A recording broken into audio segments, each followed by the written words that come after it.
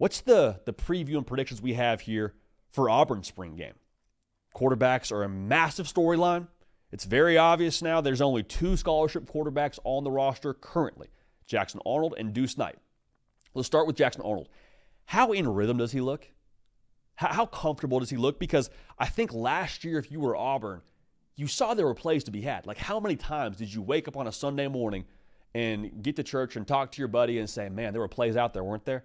Man, if we could just have this happen, if we could just hit this block, hit this pass, if Peyton Thorne could just do this, it felt like you were just driving sticks so much. Like, Auburn yards per play was great. It was upper tier in America. However, you weren't able to maximize your yards per play numbers because you'd have a turnover here, a turnover. Like, Auburn turned it over a ton last season. You were driving stick all the time. Why? I think a lot of that was you just were never quite as smooth as you needed to be at quarterback. Jackson Arnold, one of the things they like about him, one of the reports on him from spring practice is, dude's a ball player. He operates well in the gray area. He's got a little bit of some gunslinger to him. Gunslingers are usually on the smoother side if you're talking about genres of quarterbacks. How comfortable does he look in the Hugh Freeze offense 14 and a half practices in? I'd love to see him just be in rhythm, be on time. The gunslinger stuff will happen when we get to the fall, but just to be able to execute the base stuff, that's something that I want to see from Jackson Arnold here as he gets rolling in the Auburn chapter of his college football career. Now, I want to see Duce Knight open it up, bro. That's what I want to see. I don't have a ton of reservations around Jackson Arnold starting at quarterback. If you're Duce Knight, man, this is your chance to make a statement to the staff. You got to play me. You got to find a role for me because I'm not sitting on the bench here. If I am who you think I am, if I am the 5-star that you've recruited me to be, I'm not staying here for 4 years, brother. I got 3 years for you. Might as well use them. Red shirt, go ahead and keep it. Let me ball. I'd love to see him just cut it loose. So when you have the physical tools that he has, and also the left arm that he has, I think he flashes in this game. I really do. The Auburn social teams put out a couple of videos as well around what he's done during spring practice. He's got some different to him. Another true freshman.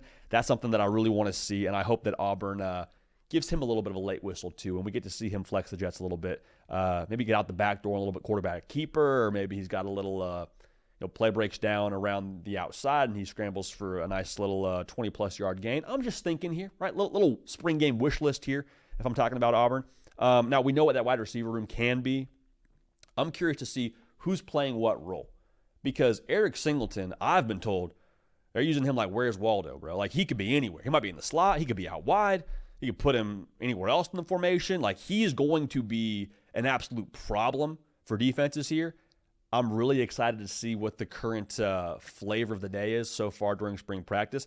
But it's not a thing where I'm just excited about him being a Swiss Army knife and how they get the football to him. I'm excited to see what he is in terms of opening other guys up. Because when you got to worry about Eric Singleton in the slot and you also got Cam Coleman on the outside, it could be the extra ingredient that just kind of makes the whole offense work. I've told this story before on this show, but I'll tell it again. When my wife and I are dating, I am making her on Valentine's Day some shrimp scampi, all right? A little pasta, a little shrimp, it's a good vibe. But for the sauce, you got to have butter, dude. If you don't have butter, it doesn't work. And so, lo and behold, get to making the meal. I'm like, shoot, I don't have any butter. Meal wasn't going to work. So what do? Run to the grocery store, get some butter. It ends up being great. Maybe Eric Singleton's the butter. That's what I'm saying here. Maybe he's that extra ingredient you add to the offense, and it just makes this whole thing go off without a hitch. Now you need the quarterback to do their thing, but I do think that Eric Singleton adds a lot of extra, oh, shoot, we got a game plan for him too when you talk about what Auburn's going to be on offense 2025.